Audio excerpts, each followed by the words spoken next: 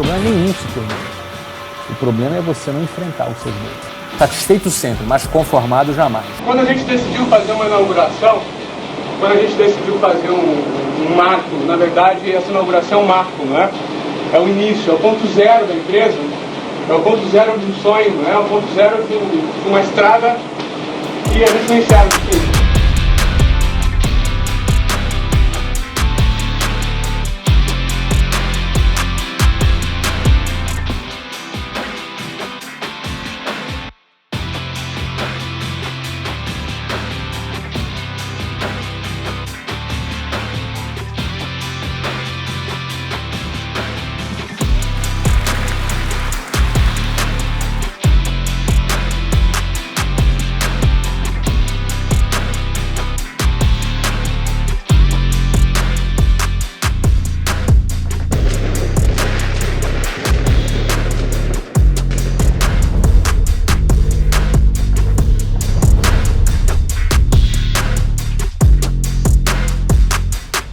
Olá, a gente hoje vai falar sobre os 10 principais erros que um vendedor comete e com certeza perde muitas vendas e perde muito dinheiro. Para quem não me conhece, meu nome é Flávio Augusto, eu sou seu professor nessa aula que nós vamos falar, eu e meu colega Caio Carneiro, vamos conversar com você e transmitir para você um pouco da nossa experiência. Tanto Caio quanto eu, daqui a pouco ele vai se apresentar, nós temos vasta experiência em vendas. Minha carreira, por exemplo, começou com vendas em 1991. Se eu fosse exato, ela começou um pouquinho antes, em 1990, quando eu tinha 18 anos de idade. Tá vendo? Em 1990 eu já tinha mais do que a sua idade, você tá vendo? Então, eu já tinha 18 anos de idade e comecei a namorar a Luciana e estava duro. E essa foi a primeira vez que eu pensei que precisava ganhar algum dinheiro na minha vida. Até então, eu estava estudando, eu estava começando a faculdade, trabalhar para mim era um plano para o futuro. Mas você vê o que uma mulher é capaz de causar na vida de um homem, não é verdade? Eu pensei, eu preciso ganhar dinheiro porque eu quero passear com a Luciana, ir no cinema, comprar sorvete, estar presente para a Luciana. E aí a primeira ideia que eu tive foi vender o meu querido relógio.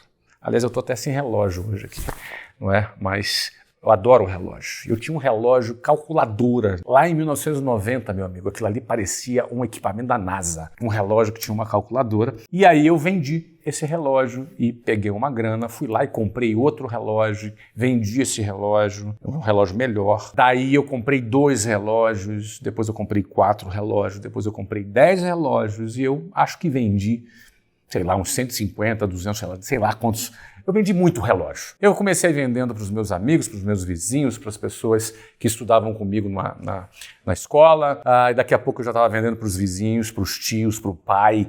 E eu tinha ali uma lista de clientes para quem eu vendia relógio. Essa foi a minha primeira experiência com vendas. E ela surgiu não de maneira intencional, ela surgiu por uma necessidade. Eu tive ali uma necessidade de ter dinheiro, mas não foi apenas a necessidade. Além da necessidade, eu extrapolei a necessidade e tomei uma iniciativa. Era o recurso que eu tinha na minha mão, era um recurso curto, pequeno, mas era o que eu tinha na mão. E esse recurso foi usado de uma maneira intuitiva. Então, a minha primeira experiência com vendas veio da necessidade, veio de uma iniciativa para resolver essa necessidade e veio também da intuição. Esses 3 elementos foram a base para eu começar a vender relógio. E aí aquilo começou a me encorajar, eu fiquei confiante, e aí comecei a ganhar um dinheiro, aí já tinha dinheiro para passear. E eu lembro, com 18 anos, que eu fiz a mim um questionamento. O questionamento que eu fiz foi, gente, por que alguém trabalha por 44 horas semanais numa empresa para ganhar um salário mínimo? Na época não entrava na minha cabeça, porque eu com 18 anos,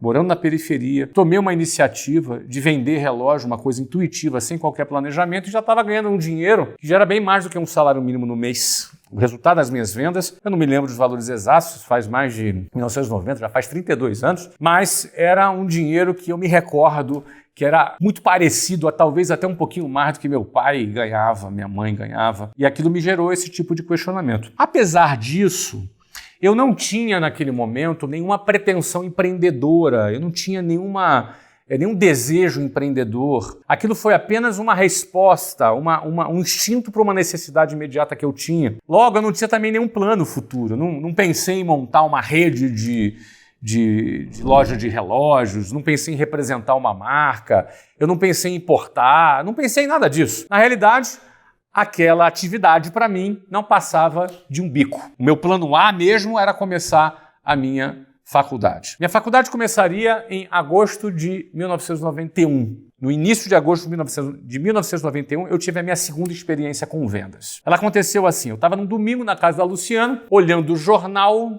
Para quem é mais velhinho, sabe que nos jornais você tinha os classificados. Vocês lembram disso?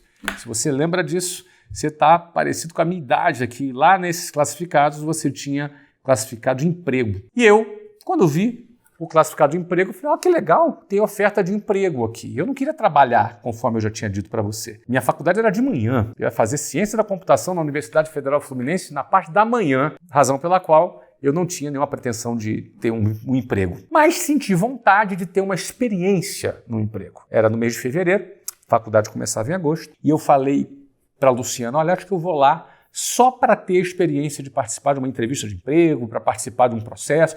Quero ver como é que era. Tinha que botar uma gravata, tinha que botar uma roupa social. Eu saí bem cedinho de casa, fui para o centro do Rio de Janeiro e cheguei lá, era uma fila que rodava o quarteirão, uma fila de emprego. A primeira e única experiência de uma fila de emprego que eu participei, ela rodava o quarteirão, eu cheguei mais ou menos 8 e pouca da manhã no centro do Rio de Janeiro e fui ser atendido depois de meio-dia, com fome, lá na rua, 40 graus de calor, ouvindo as pessoas reclamando na fila de emprego, as pessoas reclamavam bastante. Não é fácil, né? Você tá numa situação dessa. Para mim, era mais fácil naquele momento, era só uma experiência, eu não tinha nenhuma pressão, nenhuma pretensão. Naquele momento, quando eu participei da entrevista, a recrutadora me selecionou para um processo seletivo para a segunda fase, eu fiquei super feliz, super surpreso, aí passei para uma terceira fase, depois passei para uma quarta fase, bom, no final fui contratado. E fui contratado para trabalhar na área de vendas. Aí foi quando eu fiz a minha primeira venda profissional. Eu estava sendo pago para isso, eu fui treinado para vender. Eu entendi que tinha ali uma técnica que eu não conhecia, não era mais só intuição nesse momento. Eu comecei a ser treinado para fazer uma venda de maneira profissional. Foi uma experiência muito interessante porque, como eu tinha tido uma recém-experiência vendendo o relógio, eu percebi que com técnica a coisa ficava mais interessante. Eu percebi que com as orientações que eu recebi, eu poderia ter mais resultados. Até fiz uma associação. Gente, se eu soubesse disso aqui, quando eu estava vendendo o relógio, eu teria vendido mais, eu teria faturado mais. Mas essa foi a minha primeira experiência profissional de vendas. A diferença é que aquele bico, aquela tentativa provisória de fazer um negócio, de ter uma experiência profissional até começar a faculdade, aquilo ali se tornou o meu plano A. Eu gostei da venda. Eu achei inteligentíssima a técnica de vendas. Eu achei que tinha lógica, eu achei que fazia sentido. Eu achei que conectava com a minha... eu gostava de lidar com gente. Eu era meio tímido, mas gostava de lidar com as pessoas e gostava de esquemas lógicos. Eu sempre fui bom em matemática, em física. E para mim, venda teve lógica, venda fez sentido. E o melhor de tudo, aquela empresa propôs para todos os vendedores contratados um plano de carreira. Naquele plano de carreira eu precisava bater metas. Na minha cabeça foi assim, caramba, só depende de mim. E eu, naquela empresa, fui promovido, em 2 meses e meio fui promovido, a primeira promoção, depois fui promovido de novo, depois eu fui gerente comercial, depois eu fui um gerente sênior daquela empresa, depois eu fui diretor comercial, depois eu fui transferido para trabalhar num outro país, para implantar uma escola daquela rede num outro país, passei cerca de 7, 8 meses no outro país. Voltei para o Brasil, me tornei diretor regional, trabalhei 4 anos nessa empresa, ou seja, foi uma carreira meteórica. Dos meus 19 aos 23 anos, ou seja, em apenas 4 anos, eu saí de vendedor para diretor regional de vendas, liderando um time de mais de 20 gerentes, liderando 4 cidades onde aquela escola tinha aquela rede tinha suas escolas presentes. E eu ganhava ali até bem já. Ali, aos 22 para 23 anos, já ganhava cerca de $7 mil na época, valores da época, que eram... essa era a minha remuneração no meu time de vendas, gerenciando um time de vendas, porque quando você gerencia um time de vendas, você também tem participação nas vendas totais daquela equipe que você lidera. Ou seja, eu tive uma experiência curta e tive uma experiência também muito bem sucedida na carreira profissional de vendas em muito pouco tempo.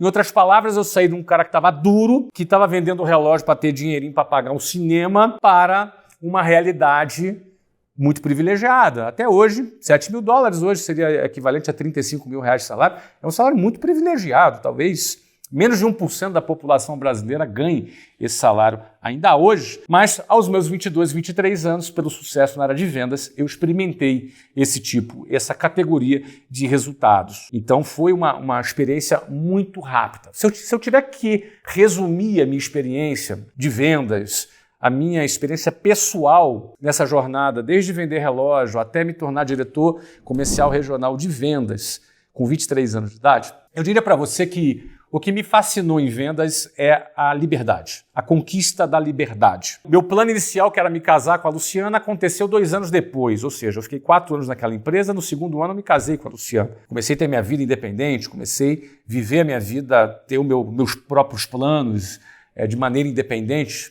Acho que toda jovem que mora com os pais deseja conquistar essa independência. Então, para mim, eu enxerguei que vendas era uma ferramenta para eu atingir liberdade. Vendas era uma ferramenta em que eu poderia me dedicar e com o meu próprio trabalho, com o meu próprio esforço, com a minha técnica e com o meu volume de prospecção, porque isso dependia apenas do meu trabalho, eu poderia atingir resultados financeiros e crescer profissionalmente. Então, vendas trouxe para mim uma resposta de uma dúvida que todo jovem tem. O que será do meu futuro? Como é que eu vou fazer para dar a volta por cima? Como é que eu vou fazer para criar o meu próprio caminho? Será que eu vou ser uma pessoa bem-sucedida ou não? Quem nunca pensou isso? Quem, sendo jovem, nunca teve essa dúvida, nunca teve ansiedade, nunca teve, às vezes, até medo do futuro?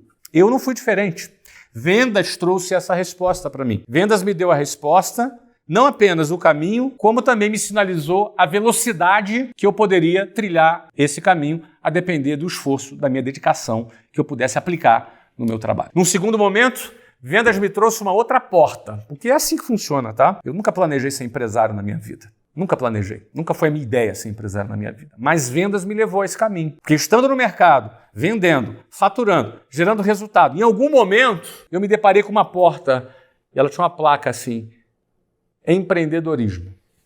Era o momento que eu teria que decidir se abriria ou não o meu negócio. Não tinha grana, você já conhece a história. Arrumei R$20.000 no cheque especial, que era $20.000. R$1 era igual a $1 lá em 1995.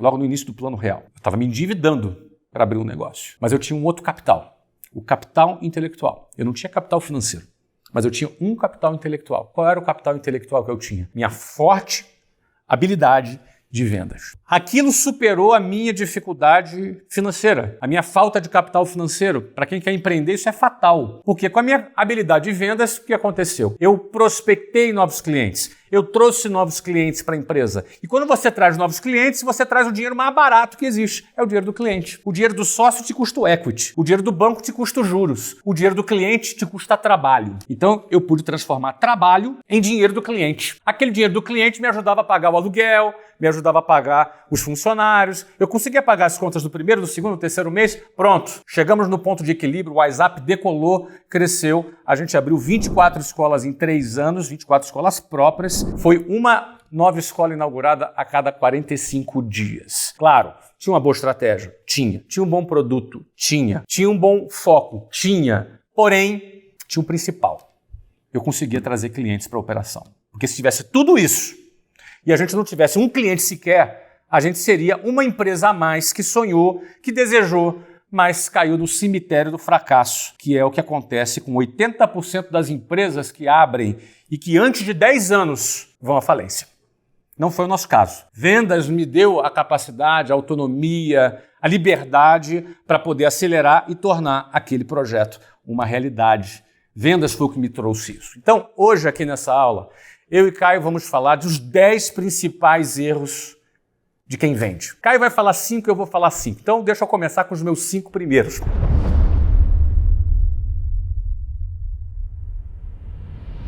Vamos lá. Primeiro erro de um vendedor é não ter ambição. Às vezes a pessoa acha que os maiores erros de uma atividade profissional de vendas vão ser aqueles mais lógicos, vão ser aqueles mais objetivos, aqueles mais palpáveis, quem sabe até os erros mais técnicos. É claro que a técnica é muito importante, mas não se surpreenda que, no que eu vou te expor agora, você vai perceber que os erros mais comuns, às vezes, são erros intangíveis e subjetivos. Esse é o primeiro deles. Não ter ambição. Você não vai ter um vendedor bem-sucedido se ele não for ambicioso. E a primeira coisa que eu quero te dizer aqui, antes de mais nada, é desconstruir um pouco o conceito equivocado do que o mercado, as pessoas, as famílias, a sociedade, a igreja, o partido político, seja o que for, trata de maneira equivocada sobre a palavra ambição. Ambição virou, às vezes, sinal de pecado para algumas pessoas. Ambição, às vezes, virou uma palavra feia. Ambição é uma palavra maravilhosa. Eu queria só te explicar isso, porque ambição é fome, ambição é apetite, ambição é vontade. Isso é ambição. Alguém que tem ambição é alguém que tem vontade. Você já viu alguém comendo sem vontade? É horrível você ver alguém comer. Bom, primeiro é horrível comer sem vontade. Você já comeu sem vontade? Você já comeu de barriga cheia sem vontade? Eu sei que tem gente que tem apetite infinito, né? Mas né, não estou falando pros comilões aqui não, tá? Eu estou me referindo àquela pessoa que não está afim de comer e ela está ali metendo a comida na boca. Isso é horrível. A pessoa que não tem vontade de fazer as coisas, o cara tá sempre se arrastando, o cara tá sempre com vontade de deitar e ficar dormindo, o cara tá sempre preguiçoso, tem preguiça, não tem vontade, o cara não tem energia. Sabe aquele jogador de futebol preguiçoso, que você fica com raiva dele quando você tá assistindo a um jogo de futebol? Pois é. Essa vontade é ambição. Não confunda ambição com ganância. Ganância é um desejo desenfreado por algum objetivo a ponto da pessoa atropelar valores, atropelar pessoas, atropelar qualquer coisa, até matar, roubar, o que for, para atingir o objetivo dela. Isso é ganância. Ambição não. 100% do mundo que te cerca hoje, tudo que você vê, tudo que deu certo, tudo que você desfruta, seja teu celular, teu smartphone, tudo que é bom no mundo foi resultado da ambição de alguém. Tudo que você estiver olhando, esse celular que você está olhando, esse computador que você está me assistindo, foi porque alguém teve a ambição de criar, de desenvolver, de fazer diferença no mundo, de realizar coisas. A ambição ela é fundamental para o sucesso de qualquer coisa, mas para o vendedor é fatal. Um vendedor sem ambição é um vendedor que fatalmente vai fracassar. O erro capital de vendas é alguém que não tem ambição. Mas Flávio, o que é ambição? Que ambição eu tenho que ter na minha vida? Não sei, meu irmão. Que ambição você vai ter, cara? O que você quer para a tua vida? Você quer o que para tua mãe? Para o teu pai? Para tua família? Para os seus filhos? O que você quer oferecer para os seus filhos? Você tem ambição, talvez você não saiba organizar qual é a sua ambição. A vida que você está vivendo agora é a vida que você gostaria de ter? Essa é a vida que você gostaria de ter? O que você hoje pode oferecer para o teu filho é o que você gostaria de oferecer? É isso que você quer? Então você tem que parar e pensar, organizar a tua vida. O que eu quero para a minha vida? O que eu quero para a minha família? Começa por aí. Até onde eu quero chegar? O que eu quero desfrutar? O que eu quero alcançar na minha vida? Porque eu vou te dizer um negócio, na hora que você entende isso, na hora que você tem claro o que você busca para a tua vida, você vai olhar para vendas de um jeito diferente, porque você vai olhar para vendas como um meio de você alcançar aquilo que você quer. Outro ponto sobre ambição. Como aumentar a minha ambição? Isso é uma pergunta muito comum que eu recebo. Eu vou te dar uma dica para você aumentar a sua ambição. Deixa eu fazer uma lógica de trás para frente, depois você vai entender até onde eu vou chegar. Você só conquista aquilo que você lutou.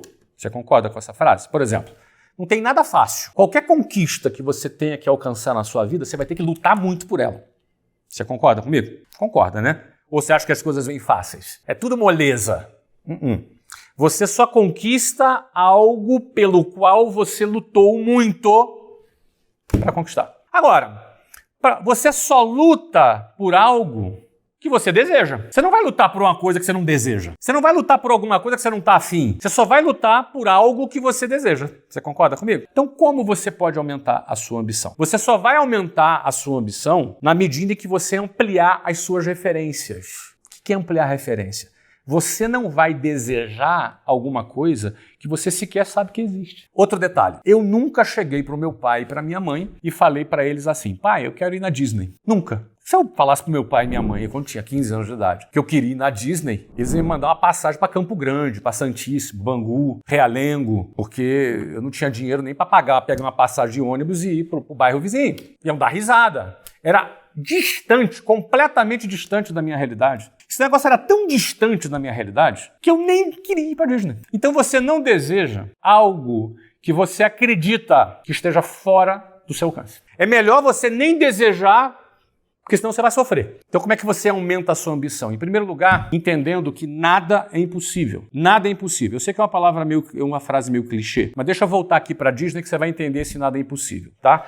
1985 eu não pedia para ir para Disney porque esse negócio era muito fora da minha realidade. 1985. 2015, isso mesmo, 2015. Editor, bota no ar a foto aí para mim. Tá vendo essa foto que você tá vendo agora aí? Essa foto tá eu, o presidente da Disney, o vice-presidente da Disney, eu, o Kaká. A gente tá no Magic Kingdom, em frente ao castelo da Cinderela, tirando uma foto comemorativa, porque nesse dia eu assinei o contrato de patrocínio da Disney com o nosso clube de futebol em Orlando. Um contrato multimilionário, um contrato de dezenas de milhões de reais, assinando um contrato de patrocínio da Disney com o Orlando City. É impossível? Quer dizer, não é que eu não fui na Disney. A Disney me pagou dinheiro para divulgar a marca dela no meu produto. E detalhe, eu morava aonde? Em Orlando. Morava em Orlando. Então não existe impossível. Eu sei que em algum momento da sua vida, algumas coisas vão parecer impossível. E quando elas parecem impossível e você acredita que é impossível, você para de desejar. E se você para de desejar, você para de lutar. E se você para de lutar, é fato que você não vai conquistar. Ah, então significa que se eu desejar eu vou conquistar? Não, não é isso que eu estou falando. O fato de você desejar não significa que você vai conquistar, mas o fato de você não desejar te garante que você não vai conquistar. Então, para você alimentar a tua ambição, você não pode acreditar no impossível quando tudo parecer improvável. Você precisa acreditar.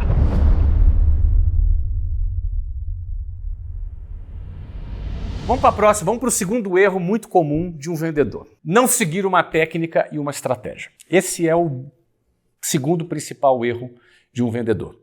Ele achar que vai na intuição. Isso seria eu começar a vender curso de inglês achando que eu ia vender igual eu vendia relógio. Deixa eu explicar uma coisa para você. Venda não é dom. Venda não é intuição. Venda não é resultado de alguém que fala bonito, que fala bastante, um falador. Sabe? Um cara falador, não para de falar nunca. Isso não é venda. Venda é técnica. Existe técnica na venda. Existem etapas dessa técnica na venda. E cada etapa dessa técnica tem uma função muito inteligente para que um fechamento seja feito. Então, um erro muito comum de um vendedor, principalmente daquele cara que está começando a viver o caminho da venda, é ele tentar inventar o seu próprio método, inventar a sua própria técnica. Ele tentar fazer a coisa pela intuição e deixa de fazer a coisa de maneira técnica. Geralmente esse cara apanha pra caramba, geralmente esse cara vai apanhar, vai ganhar pouco, vai ganhar pouca comissão, às vezes esse cara desiste, ou esse cara, mesmo que ele não desista, ele vai fazer parte de uma equipe como um participante mediano dessa equipe, porque ele não segue uma técnica e não segue a estratégia. Então uma dica que eu te dou é, se existe uma técnica, siga a técnica. Siga essa técnica. Não tente inventar. Não tente achar que não, eu acho, na minha opinião. Mas se você quer ser um profissional, a tua opinião é o que menos importa. Se você quer ser um profissional, você precisa aprender com quem sabe. Você precisa aprender com um profissional. Você precisa aprender a técnica. Você precisa aprender o jeito de fazer. Então você quando vai começar numa profissão, não tente inventar. Não que você não possa, lá na frente, depois de você ter muito resultado, fazer alguns testes. Mas no início da sua jornada, aprenda.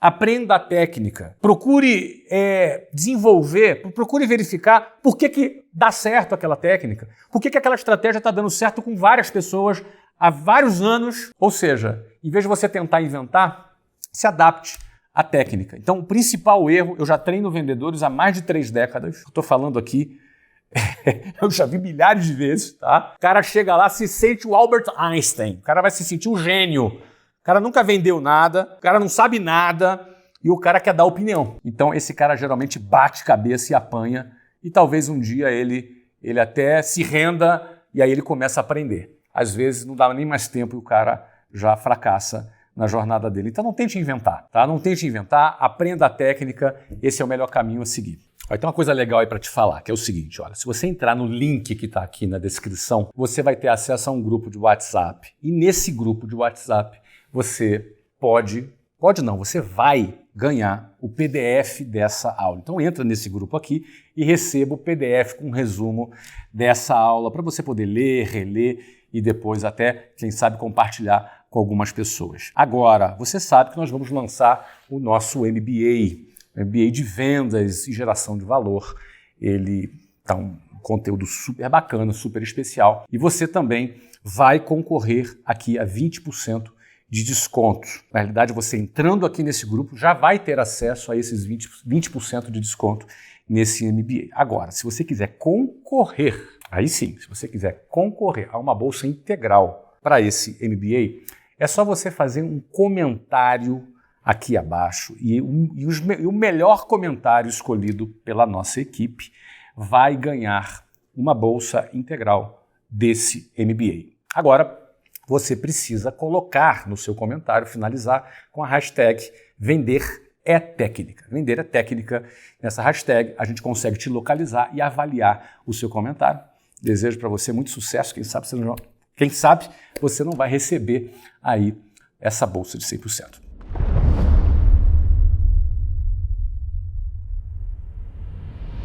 Terceiro erro muito comum, tem um pouco a ver com o segundo, mas ele se estende a mais aspectos. Terceiro erro muito comum é o tal do maldito orgulho. E não confunda brio, amor próprio, autoconfiança com orgulho. O orgulho emburrece as mentes mais brilhantes. O orgulho é aquele cara que acha que ele está sempre certo. Esse é o cara orgulhoso. O orgulhoso é o cara que não senta na cadeirinha, no banquinho do aluno. Se você quer crescer na área de vendas, sente na cadeira de aluno. O aluno, ele quer aprender. O aluno, ele está aberto a aprender. O aluno, ele tem sede de aprender, fome e sede de aprender. Esse é o lugar do sucesso. É o lugar de você ter humildade para aprender. E outra correção aqui, humildade não é não se desvalorizar. Humildade não é autodesvalorização. Humildade é você sentar na cadeira de aluno. Então senta na cadeira de aluno e aprenda. Seja inteligente. Não tente começar a vender e criar as suas teorias. É por isso que o cara não segue técnica. Tem a ver com o segundo erro também. Só que isso se estende a várias coisas, porque vendas, ele não é só técnica. Vendas é gestão das emoções, tem um componente emocional muito grande, a gente já vai falar que é um próximo erro muito comum. Então, para você aprender a gerir suas emoções, aprender a técnica, para você aprender a lidar com o cliente, a lidar com as objeções, são milhões de possibilidades, você não pode ser um cara orgulhoso ou orgulhosa. Você tem que ter humildade, você tem que pensar o seguinte, cara, esse cara que está me ensinando tem anos de vendas, já vende muito, o cara tem baita resultado, então eu vou aprender com esse cara. Aí você se coloca na cadeira do aluno, você se coloca com humildade, aí você vai ter resultado mais rápido. Os orgulhosos, sabichões, sempre batem a cabeça e se dão mal.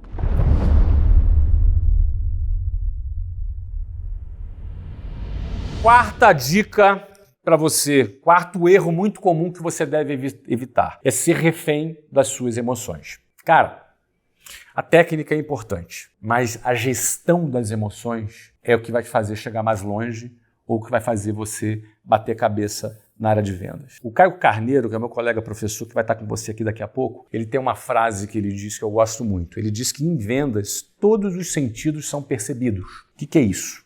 Se você vai vender para um cliente e daí você está ansioso porque você está precisando de grana ou porque você tem que bater uma meta ou por qualquer razão você está ansioso, essa sua ansiedade é percebida pelo cliente. Você vai parecer um desesperado nos olhos do cliente. Em vendas, todos os sentidos são percebidos. Se você vai falar com o cliente, mas você está morrendo de medo, o cliente vai perceber. Porque em vendas, todos os sentidos são percebidos. Eu lembro quando eu era criança, eu morria de medo de cachorro, né? Eu não tinha cachorro em casa. Acho que quando eu tinha uns 5, 6 anos, eu levei uma mordida de um cachorro. O cachorro correu atrás de mim, mordeu minha bunda. Eu saí correndo, fui parar na farmácia, tomei aquela injeção na barriga. E eu vou dizer um negócio pra você. Eu fiquei com medo de cachorro. E não tem jeito, cara. Se cachorro perceber que você tá com medo, ele cresce. Não sei se ele sente o cheiro, ele percebe de alguma maneira. Olha, em vendas, todos os seus sentidos são percebidos. Portanto, a gestão das emoções, ela é um componente fundamental para você ter resultado em vendas. É um componente fundamental para você ter sucesso, para você ter uma estatística de conversão maior, para você liderar times de vendas, porque você vai ter que gerir suas emoções. Que tipo de emoções você tem que gerir? Ansiedade é uma delas. Preocupação, medo. Tudo isso, cara. Tudo isso pega. Na hora que vai acabando o mês, a meta está chegando, está longe de cumprir a meta. É um coquetel de emoções que você sente e isso precisa ser bem gerido. Geralmente, a gente faz reuniões de vendas diárias com as nossas equipes de vendas, justamente para quê? Para todo mundo lembrar seus objetivos, para todo mundo botar a ansiedade para fora, para todo mundo ter ali uma carga de motivação, de visão, que às vezes as pessoas vão perdendo a visão. Isso tudo ajuda a gerir as suas emoções. Uma das principais tarefas de um líder de vendas é ajudar o seu time de vendas a gerir as suas emoções. Então você vê, esse somatório de ingredientes é que define um time de vendas ter mais resultado ou não ter resultado nenhum. Às vezes você tem um time de vendas capaz, com muita técnica, mas burro emocionalmente falando. E aí esse time vai bater cabeça e vai fracassar. Já vi isso muitas vezes. Muitas vezes, logo, não ser refém de suas emoções. A montanha-russa das emoções pode fazer você pensar que é o cara num momento ou que você é um cocô num outro momento. As duas coisas são mentiras. Você não é o cocô e você não é o cara. Então você tem que entender a sua identidade. Quem é você? O que eu quero? Por que eu estou aqui? Por que eu estou lutando pelo que eu estou lutando? Por quem eu estou trabalhando? É pela minha família, pelo meu filho, pela minha avó, quem for. Quais são os seus motivos? A organização desses elementos todos que acontecem aqui dentro de você ajuda você a gerenciar, ser um protagonista das suas próprias emoções e não refém delas. E isso faz toda diferença em vendas.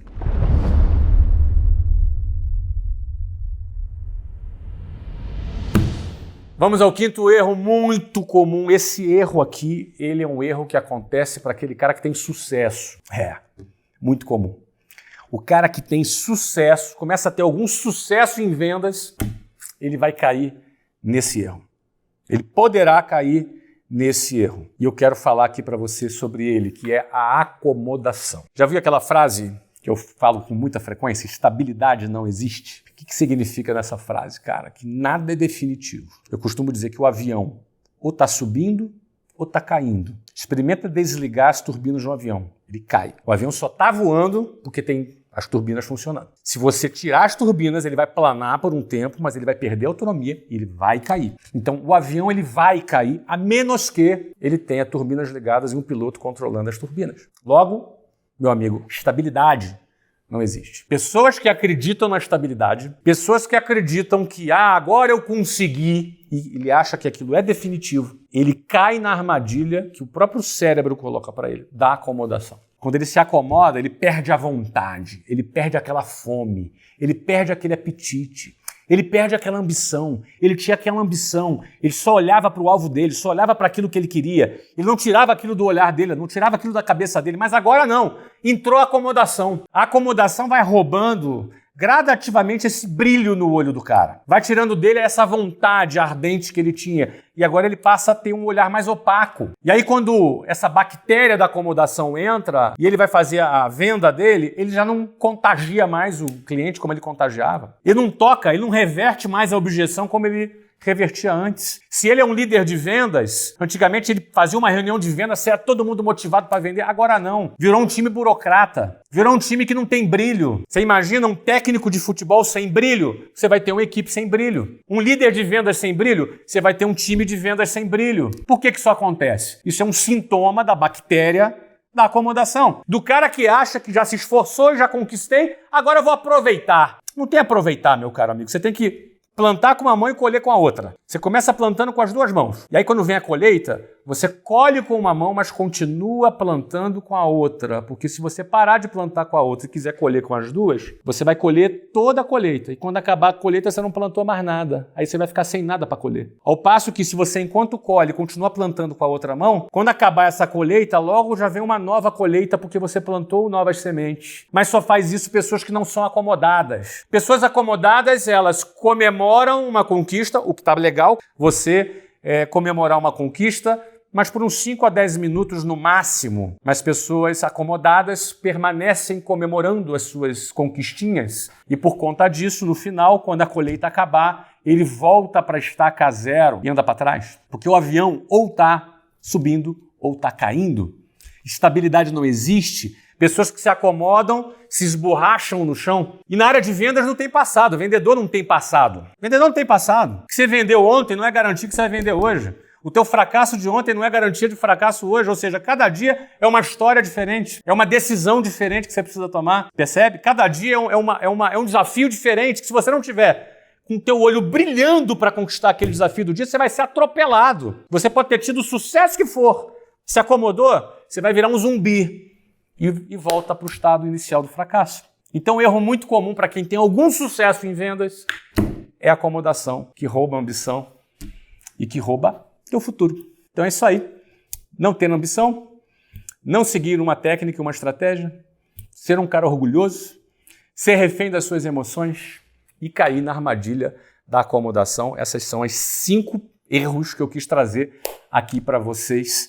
E agora meu colega Caio vai dar continuidade aí nos outros 5 erros que ele separou para você. Caio tem muita experiência, é um cara que tem muita experiência em vendas. Eu tenho certeza que vai trazer coisas muito bacanas para você também. O meu desejo é que você não caia em nenhum desses erros. Obrigado, Flávio, pelo convite de estar batendo um papo aqui com todos vocês. Sou Caio Carneiro, empreendedor, expert em vendas e fundador do Vende-se. Eu tô aqui para te trazer agora 5 erros mais técnicos quando o assunto é vendas. Esses erros que só de você descobrir, obviamente, implemente no seu cotidiano, que eu tenho certeza, total convicção, que vai te ajudar a vender muito mais. Então, muita atenção. Às vezes você comete 3, 4, todos, 1. Em vendas tem muito esse lance. Às vezes tem um processo, uma falha dentro do teu processo de vendas e prejudica todo o teu processo por inteiro. Então é muito importante você prestar atenção nos 5 erros, saber que às vezes um pode te impedir de um grande resultado, mas nada melhor do que conhecer esses erros mais técnicos. Então vamos lá. Eu vou navegar por cada um deles, vou te provocar em algum deles, mas o meu objetivo é que você saia dessa aula e coloque em prática tudo que eu falei, tá bom? Vamos lá.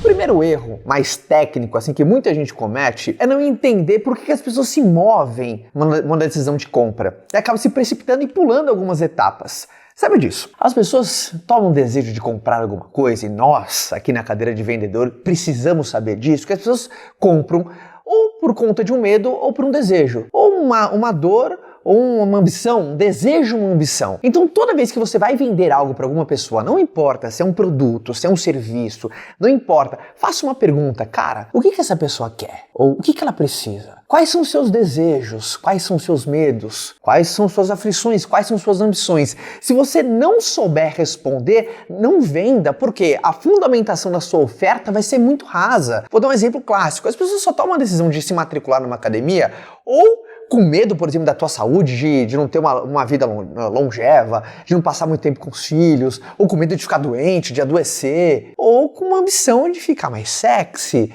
de ficar mais atraente, de ficar mais esbelto. Sempre as pessoas tomam a decisão de compras num medo, numa ambição. Até em vendas é isso, no mundo das finanças é isso. Por exemplo, a pessoa decide se especializar ou porque ela tá com medo de ficar obsoleta, ou ela tem desejo de ganhar mais. Então, todo tipo de oferta, se não for fundamentada em cima de um medo que aquela pessoa tem ou de uma ambição que ela tem, é uma oferta ruim, cara. É uma oferta fraca. Então, toda vez que você fizer uma oferta, faça essa pergunta contrária. Qual que é o medo desse meu potencial cliente? Qual que é uma ambição que ele tem? Qual que é um desejo? O que ele quer? O que ele precisa? O que tá tirando o sono desse cara? Ou, cara, o que esse cara não consegue ficar 1 minuto sem pensar a respeito? Quando você descobre isso e fundamenta a tua oferta, a aderência é muito maior, a conversão é muito maior, o teu resultado é muito maior. Agora, o inverso também é verdadeiro. Quando você coloca uma oferta não fundamentada nesses 2 pontos, fica aquela coisa meio que spam, não dá aderência, a pessoa nem se inclina para querer saber, passa despercebida. É como se você fez uma oferta, entrou pelo um vídeo e saiu pelo outro. Por causa que você não fundamentou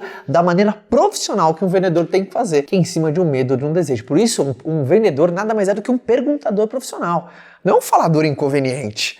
As pessoas têm um estereótipo, né? Acho que o vendedor é aquele falastrão, fala bem, conduz, por exemplo, só de falar. Não, a gente conduz um processo de vendas através da descoberta, por meio de perguntas poderosas. Se eu quiser te vender alguma coisa, a primeira coisa que eu vou fazer é só perguntar, só ouvir. Na hora que você revelar um medo ou um desejo, eu fundamento a minha oferta em cima disso. E a aderência vai ser muito maior. Por isso, muita atenção nesse erro clássico que é das pessoas, é ofertar. É colocar uma oferta sem a descoberta de um medo ou um desejo.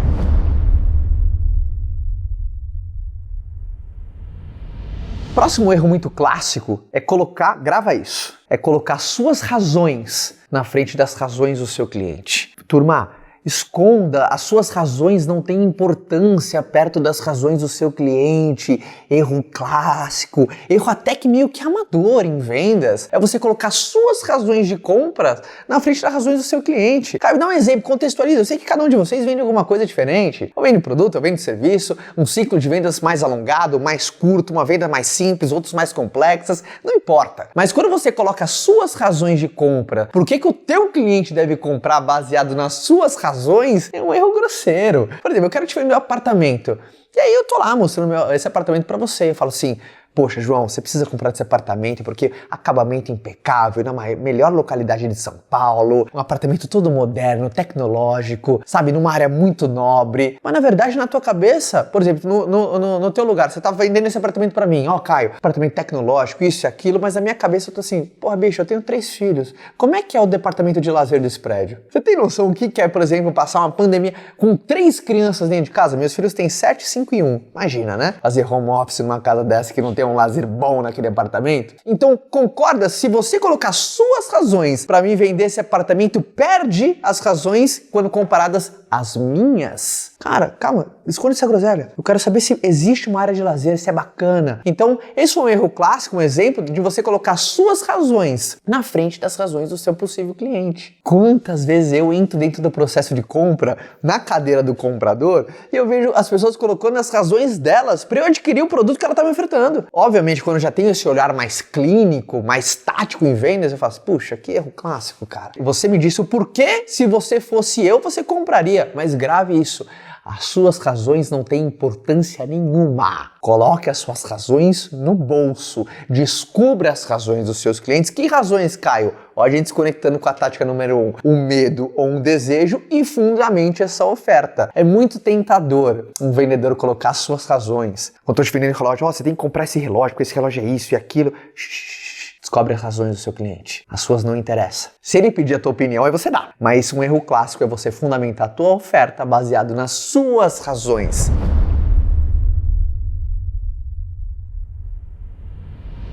Uma parte determinante do processo de vendas e assustadora para algumas pessoas é o fechamento, onde vai ter aquela conclusão da venda. Muitas pessoas cometem um erro técnico muito forte no fechamento. Primeiro, quando se fala de fechamento, muitas pessoas às vezes nem têm entendimento do que realmente significa essa palavra, né? Porque fechamento, o ato de fechar. Se eu te perguntasse, o que é fechamento? E por estudo de causa, tá? Eu sei a maioria da resposta das pessoas quando eu pergunto o que você entende por fechamento? Aí começa, fez o Pix, fez a transferência, assinou o contrato, falou sim, apertou a mão, deu ok, peguei o pedido, passou o cartão.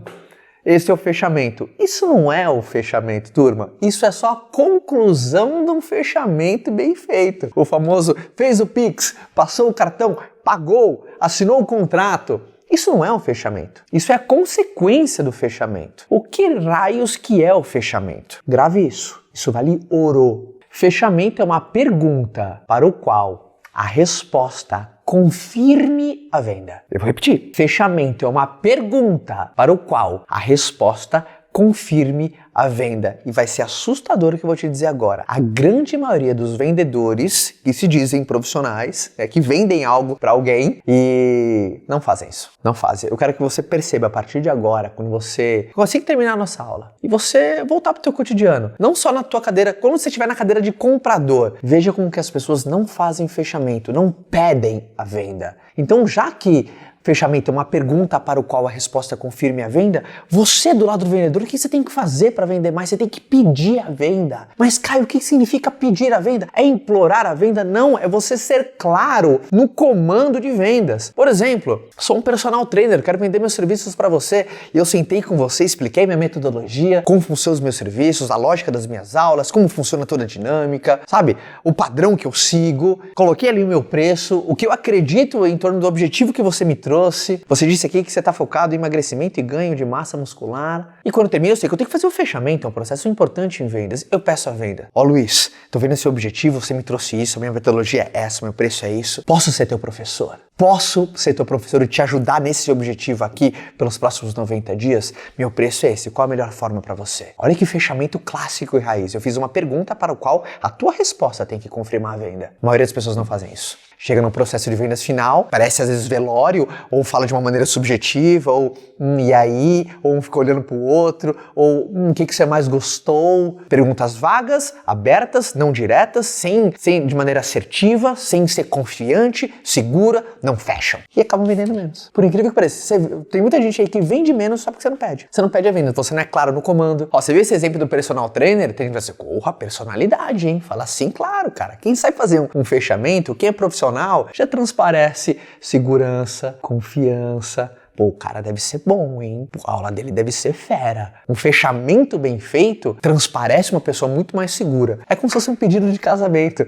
Tem que ajoelhar e tem que pedir em casamento. Não adianta deixar subjetivo. Ah, não, eu acho que ele entendeu, acho que ela entendeu. Não, não entendeu. Vai e pede. Pede a venda. Se você manter o teu processo de venda do jeito que tá, não sei como é que é, não sei as falhas que tem, você é o que mais sabe sobre a sua realidade, mas se você a partir de agora só pedir a venda no final, eu tenho certeza que os seus números, a sua conversão já vai aumentar. Por quê? Fechamento é uma pergunta para o qual a resposta eu confirme a venda. Então, um erro básico que muita gente... Porque quando eu falo básico, não acho que é simples, não. É um erro... Você viu que depois que eu falo, né, é conceito de Taleb, previsibilidade retrospectiva. Se tornou muito óbvio, mas só depois que eu falei. Então, a maioria das pessoas tropeçam nessa pedrinha. Então, comece a aplicar a partir de agora.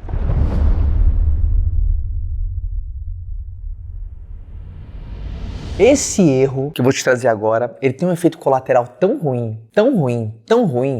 Por quê? Você viu que a gente acabou de falar sobre fechamento. E um erro muito comum das pessoas é celebrarem a venda na hora errada. Como assim, Caio? Celebrar a venda na hora errada? Celebrar a venda na etapa que eu acabei de falar do fechamento. Lembra? Passou o cartão, deu sim, pagou, assinou o contrato. Celebra a venda quando o cliente paga. Turma, se você celebra a venda quando o cliente paga, você celebrou a venda na hora errada. Porque você tem que celebrar a venda na hora que ela termina. E que horas que ela termina? Não é no fechamento, porque depois do fechamento tem o pós-vendas, a entrega, a transformação. É nesta hora que você precisa celebrar a venda. Vou dar um exemplo de novo. Um corretor de imóveis, fera, cara. Para não falar outra palavra aqui que eu adoro, mas vou manter a clássica, tá tão bonito aqui. Ele não celebra a venda quando o cliente dele compra o apartamento. Ele celebra a venda quando o cliente dele se muda, tem o primeiro jantar na casa nova e ele é tão fera que ele se faz presente e o vinho do jantar é dele. Opa, esse cara é diferenciado, porque ele celebrou a venda na hora certa. Que é da transformação, que é da entrega daquilo que ele vendeu. Quantas pessoas que celebram a venda na entrega e acabam perdendo toda a clareza que o seu trabalho não acabou. É como se você gritasse, é campeão aos 28 do segundo tempo. É tão forte isso, é tão forte isso. Você já percebeu, por exemplo, alguém estava te vendendo alguma coisa e ele estava te tratando bem, você ligava, atendia, a empresa estava te tratando ali como rei. Na hora que você pagou, a empresa mudou. O cara já não te atende da mesma maneira, a empresa já não te dá mais o suporte como deveria, ou a pessoa já não tira, por quê? A empresa celebrou a venda na hora errada, celebrou quando vendeu, celebrou quando pagou. Não no ciclo completo da transformação, da entrega, da experiência. Aí que a venda termina. Então, se você agora, a partir deste momento, começar a apenas ter a celebração máxima na entrega, você vai ter clientes muito mais felizes, satisfeitos, contentes. E cliente feliz, não é que ele volta acompanhado. Um cliente feliz, realizado e transformado, ele deixa de ser um cliente, ele vira um vendedor da tua empresa. Quer estar mais vendedor da tua empresa? De uma maneira mais deliciosa do mundo? Tenha clientes felizes, cara. Seu índice de recomendação, de indicação, desse marketing do bem boca a boca vai ser animal. Só que quando você driva a tua celebração máxima pro fechamento, você esquece da próxima etapa, que é pós-vendas. E aí a sua experiência é uma porcaria depois. Ou não é, às vezes nem é uma porcaria, às vezes estou sendo duro. Ou às vezes não é como foi tudo até agora, mudou. Você vinha assim numa nota tal, depois da venda a sua nota desce. É o contrário, depois da venda pra mim tem que ter aquele encantamento, é o que a gente chama de over-delivery. Você tem que entregar mais do que você prometeu. E aquela uau, cara! Pra isso, só quem tem cultura de celebrar a venda na hora certa, quando ela termina. E onde termina não é no fechamento, é no pós-vendas. Aí você tá jogando um jogo de gente grande.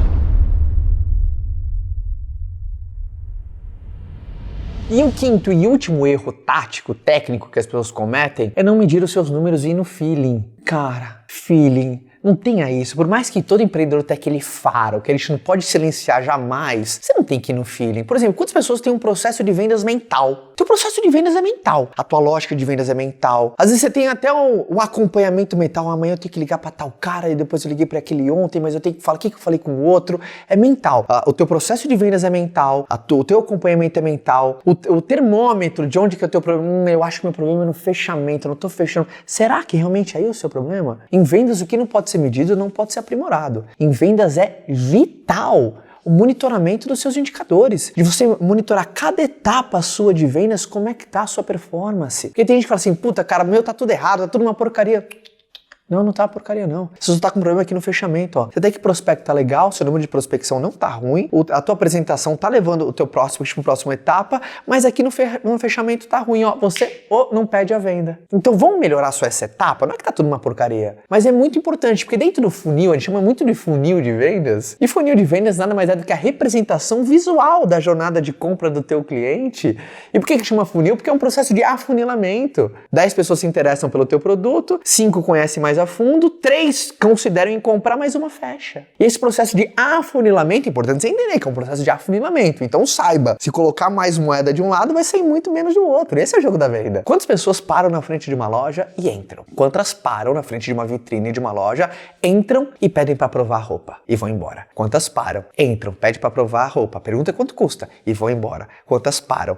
Entram, pedem para provar, provam, gostam e levam. Sempre vai ter esse processo de afunilamento. Então, sabendo disso, não medir cada etapa é um tiro no pé. Você precisa medir cada etapa, primeiro para saber como é que está seu desempenho, aonde você precisa dar mais atenção, aonde dentro do teu processo de funil há um furo, porque às vezes um furo no teu funil, ou os prospectos estão escorregando por aqui. Opa, o que está acontecendo? Muita gente está parando na minha vitrine, mas não está entrando. Como é que está a minha vitrine? Será que está legal? Será que desperta curiosidade, interesse? Vamos meter na vitrine. Aí você muda a tua vitrine. As pessoas começam a entrar mais. Dando um exemplo, né, dentro do varejo, mas a mesma lógica para qualquer processo de vendas. Então você precisa medir os seus números. Para de ir no feeling. Pior que se seu feeling tá te dando um tipo de resultado. Você fala, não, tá assim, tá indo bem. Tô conseguindo crescer. O bom, meus amigos, é inimigo do ótimo. E não terceiriza pras costas do teu feeling algo que poderia te dar direção clara do que você tem que fazer. Direção clara do que você tem que fazer. Então, se a partir de agora você começa a descobrir dores e desejos, medos e ambições dos seus clientes, fundamentar a oferta em cima dele. Parar de colocar as suas razões na frente das razões dos seus clientes. Na hora do fechamento, você pedir a venda. Você não mais celebrar a venda na hora errada, e sim na hora certa, que é da entrega. Teu NPS vai ser muito maior, o índice de satisfação dos seus clientes vai ser altíssimo, e começar a medir os seus resultados, eu tenho certeza absoluta, convicção extrema, que você vai sair dessa aula e vai ter muito mais resultado. Turma, primeiro foi um prazer enorme estar com você nessa aula, te trazer táticas para você sair daqui e vender muito mais. E só um recado rápido. Primeiro, nessa quarta-feira, será liberada com Flávio Augusto e Thiago Negro, uma aula explicando como você vai construir uma máquina de geração de negócios usando o Google e as redes sociais. Não tem nada mais poderoso que a internet para gerar leads para o seu negócio. Essa aula vai servir tanto para quem quer lotar a sua agenda de clientes, da sua loja, o seu consultório, o seu escritório, quanto para quem deseja abastecer seu funil de marketing com muitos leads que serão qualificados e depois trabalhados pelo seu time de vendas. Vai ser uma aula imperdível, você não pode perder por nada, cara, já anota na tua agenda, tá bom? Não esqueça de se cadastrar e colocar seu comentário com a hashtag #VenderETécnica, explicando por que qualquer um pode aprender e aplicar estratégias vencedoras de vendas e marketing com sucesso. E olha só, a melhor resposta vai ganhar uma bolsa de estudos integral para cursar o MBA em Vendas, Marketing e Geração de Valor que vamos lançar na próxima semana. Entre também agora no nosso grupo de WhatsApp. Quem se cadastrar no grupo de WhatsApp vai ganhar 20% de desconto nesse MBA e também vai receber um resumo dessa aula em PDF, um resumo bem maneiro, tá? Então, faça o seu cadastro e deixe o seu comentário. Espero você numa próxima aula.